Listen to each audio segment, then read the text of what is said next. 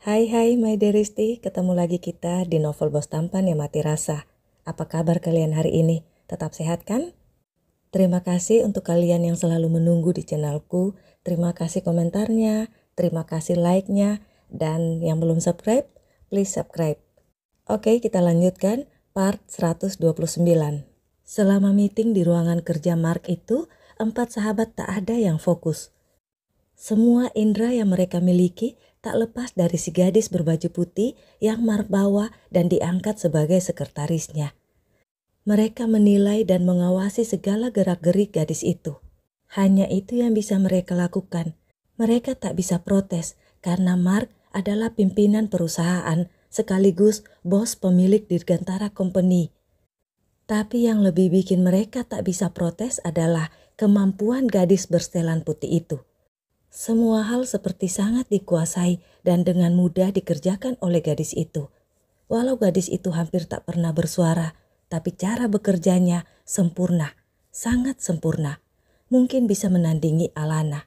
Menyadari kenyataan itu, 4 sahabat sakit kepala jadinya. Mereka yang sudah meminta Alana jadi sekretaris Mark, tapi dengan adanya gadis ini yang punya kemampuan mumpuni, apalah daya mereka. Apa alasan mereka pada Alana nanti karena batal jadi sekretarisnya Mark? Apa bilang sudah ada orang lain? Itu artinya secara tidak langsung harus memberitahu keberadaan gadis itu di samping Mark pada Alana. Alana pasti akan terluka, sangat terluka. Belum cukupkah apa yang Alana alami selama ini karena Mark? Dan sekarang harus menerima kenyataan diselingkuhi oleh Mark. 4 sahabat dipenuhi emosi. Tidak ada sedikit pun senyuman mereka pada Mark. Tapi Mark malah cuek dan kadang tersirat senyum-senyum tipis yang disembunyikan menunjukkan Mark bahagia.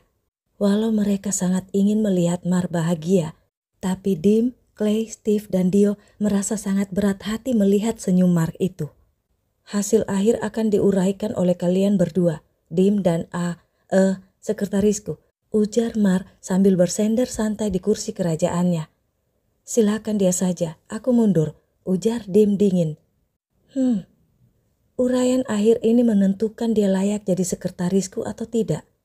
Kalian pikir aku tak ingin menguji kemampuannya dan membiarkan dia masuk dan menjadi sekretarisku dengan mudah dan gampang? Begitu menurut kalian? Clay, Steve, Dio, kalian bertiga yang menilai siapa yang unggul dari mereka berdua. Aku tak akan masuk campur untuk penilaian kalian itu. Tapi ingat, kalian harus jujur dan objektif sesuai dengan realita. Kalau Dim yang unggul, kalian boleh memilih orang lain jadi sekretarisku. Tapi kalau gadis pilihanku yang unggul, kalian harus terima tanpa muka jelek cemberut kalian itu, kata Mark. Mata 4 sahabat sedikit berbinar. Masih ada harapan untuk mengusir si gadis bersetelan putih dan membawa Alana seperti rencana mereka. Mereka mengangguk setuju dengan syarat Mark. Dim yang semula menolak ikut setuju pula.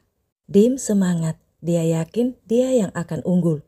Dia menjelaskan semua hal secara rinci sampai hal-hal kecil dari permasalahan dan solusi yang sudah dibahas di meeting mereka. Dim sangat puas dan bangga pada diri sendiri. Gadis pilihan Mark itu pasti kalah. 4 sahabat itu pun tersenyum senang. Itu senyum pertama mereka di hari ini. Tapi ternyata gadis itu dengan mudah mematahkan harapan mereka dan membantai sisa nyawa mereka hari itu.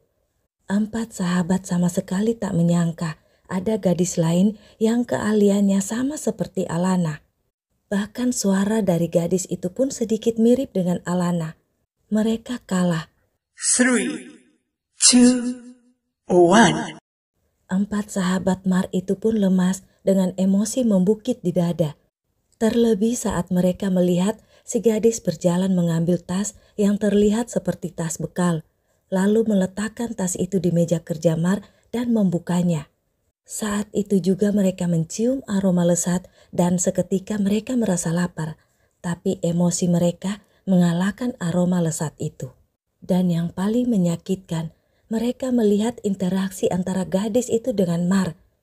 2 orang itu sepertinya sudah sangat intim. Melihat kenyataan di depan itu, 4 sahabat menyadari Sepertinya Mar sudah lama berhubungan dengan gadis itu di belakang mereka. Mar mengkhianati Alana, juga mengkhianati mereka berempat. Mereka sangat kecewa dan sangat marah, apalagi melihat Mar dengan tanpa malu-malu membuka mulut saat disuapi oleh gadis itu. Amarah mereka meledak. Ingin rasanya mereka mengobrak-abrik segala sesuatu yang ada di ruangan kerja Mark itu. Tapi mereka tidak bisa melakukan itu. Tanpa dikomando, mereka serentak berdiri sambil menggeser kursi yang mereka duduki dengan kasar. Suara gesekan dari kursi yang digeser itu seperti barang yang dilempar. Sangat memekakan dan menyakitkan telinga Mark. 4 orang itu langsung berjalan keluar tanpa suara. Saat kalian melewati pintu itu artinya kalian dipecat dari perusahaan ini dengan tidak hormat. Dan kalian jangan mengaku kita saling kenal, apalagi sebagai teman. Kata-kata teriakan Mar itu lebih membuat emosi 4 sahabatnya yang tanpa menengok tetap berjalan menuju pintu keluar. Mereka sudah berjanji pada Alana untuk membelanya, tidak memihak pada Mar.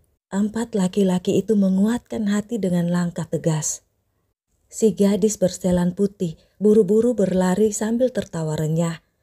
Aku dengan senang hati akan membuka pintu untuk kalian keluar, katanya dengan suara merdu, dan tangannya meraih gagang pintu dan membukanya.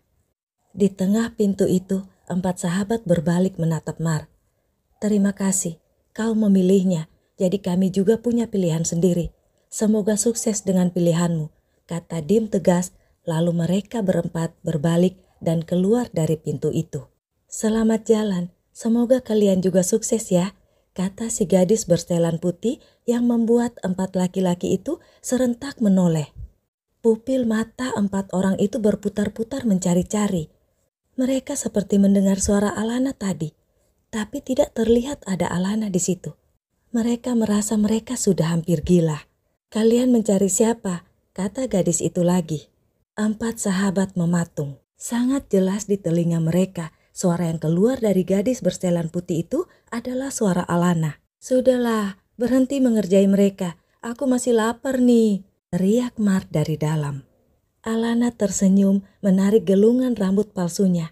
Rambut aslinya tergerai dan dia membuka kacamata yang dipakainya. Hai, kenalkan, namaku Alana Putri Negara. Aku sekretaris baru dari Tuan Mar Putra Dirgantara, kata Alana. Tak bisa menahan kekehannya. 4 sahabat sangat melongo.